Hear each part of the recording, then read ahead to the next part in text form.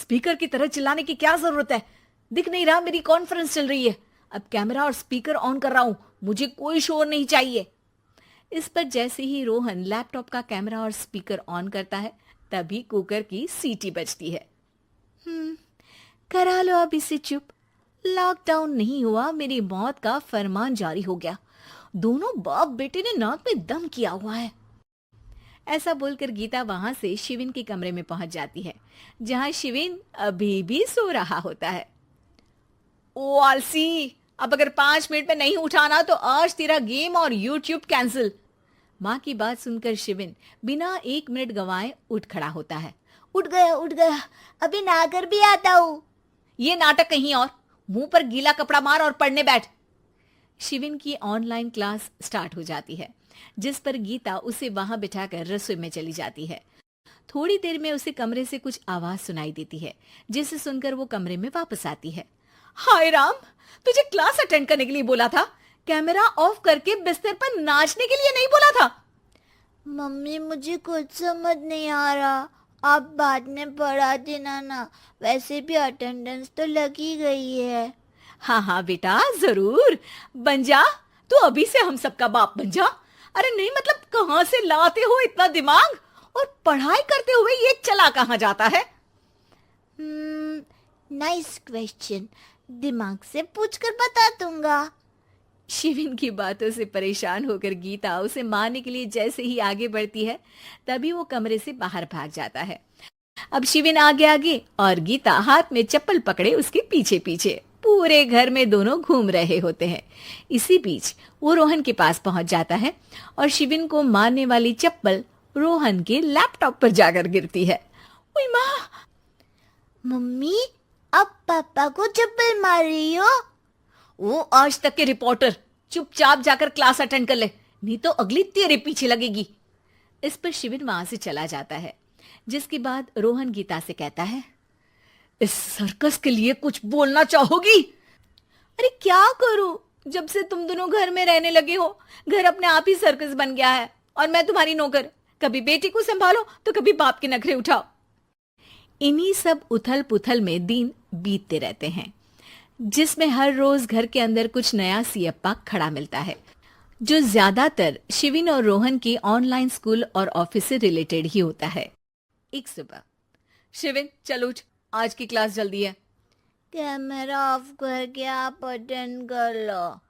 अरे ऐसे छित्तर पड़ेंगे, दादी नानी सब एक साथ याद आ जाएंगी।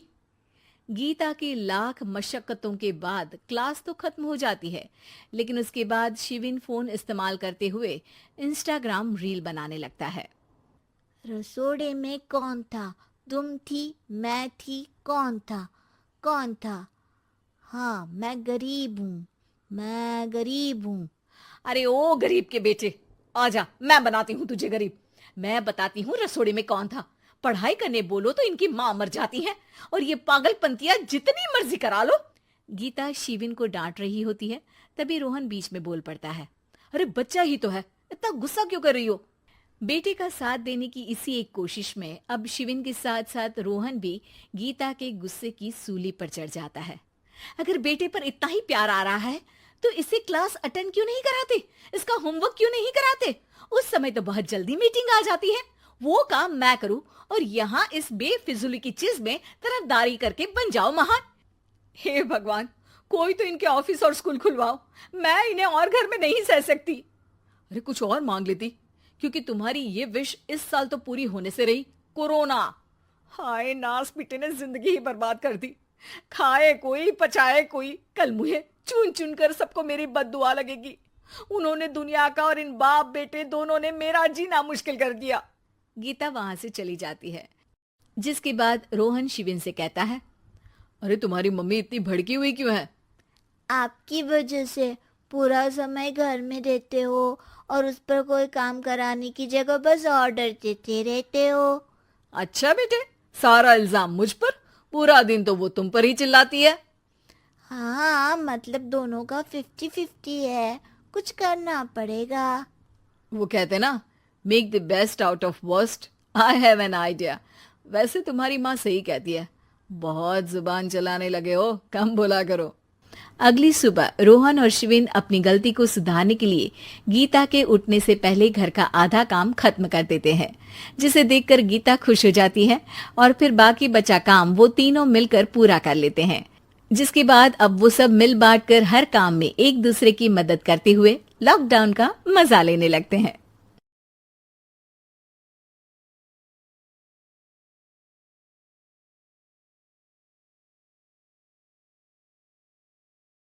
भूखी है कि घास के साथ नदी को भी खा जाती है। बाप रे! इनके रास्ते में टेंट आता है तो उसको भी खा जाती है और पूरा मैदान साफ कर देती है। अच्छा। बैलगाड़ी से एक रस्सी फेंकता है और नदी को जोड़ देता है। अरे खतरनाक लोग हैं। छुटकू के बीवी बच्चे पिकनिक मनाने जा रहे हैं, तभी बच्चा रोता है तो छुटकू बाल्टी लेके जाता है और बाल्टी भर के गाय का दूध लाता है और सारे दूध को बच्चे को पिला देती है। बहुत मजा आ रही है। जाते जाते रास्ते में लुटेरों ने हमला कर दिया तो बैल ने चारों तरफ शील्ड बनाया और अंदर घुस गया।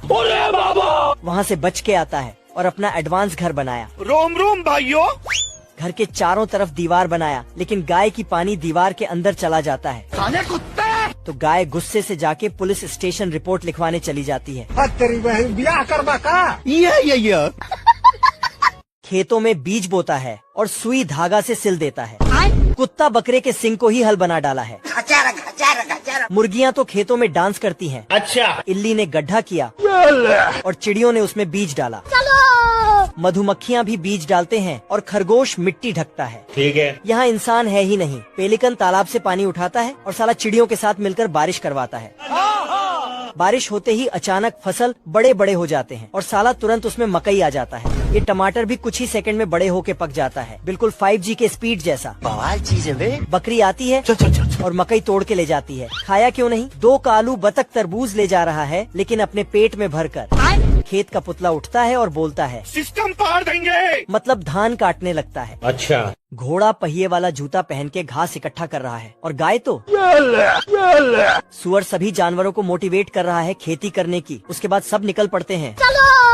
सुबह सुबह गाय न्यूज पढ़ती है और कुत्ता बिल्ली उसका दूध निकाल के बोतल में भरती है। बकरा आता है गाड़ी स्टार्ट कर और साला कुत्ता उस पे सामान लोड कर देता। चलो। बिल्ली ने सांड को लाल गमछा दिखाया और बहुत सारे सेब को नीचे गिराया। फिर बिल्ली सेब को मशीनों से बटोरता है और खरगोश पीछे से पकड़ता है। अच्छा। कुत्ते ने धनुष में तीर लगाया और साला फट से एप्पल जूस बन जाता है। कैची छोटा पड़ रहा था, इसलिए बगुले को ही कैची बना दिया है। बड़े खतरनाक लोग हैं। मुर्गियों को डांस दिखाया तो बहुत सारा अंडा दिया। मुर्गा उसे बॉक्स में डालता है और सुअर बॉक्स में किल डालता है। बोलो जुबान तीसरी। ट्रेन वाली इल्ली बॉक्स में चढ़ती है। फिर क्या हुआ? फिर इसका डिब्बा अलग अलग होके ठोकना शुरू कर देता है। बॉक्स में किल। फिर सारे फल सब्जी को असली ट्रेन में लोड करके बाजार बेचने चली जाती है। इन जानवरों के लिए 1 लाइक तो बनता है। बंदर लाल झंडा दिखाता है और गैंडा लकड़ी को फाड़ देता है और फिर आदमी उस लकड़ी में जानवर के दांत से छेद करवाता है। आदमी ने अजगर को गाड़ी का पहिया बना दिया है और इसका हॉर्न। जय दोस्तों। सभी जानवर मिलके नाव बना रहे हैं क्योंकि यहाँ बहुत बारिश होने वाला है। अच्छा। बंदर लटक लटक के पेड़ काट रहे हैं। आदमी ने किल लगाया तो चिड़िया उसे ठोक के अंदर कर देते हैं। दीमक का स्पीड तूफान से भी तेज हो गया है। जंगली चूहे पेड़ गिराता है और चिड़िया उस पे किल लगाता है। ठीक है, समझ गया। और साला मधुमक्खी उसे आराम से खींच के ले जाता है। औरतें फल उठा के फेंकती हैं और हेजहॉग अपने कांटे में फंसा के नाव में रखती हैं। इधर ये मैडम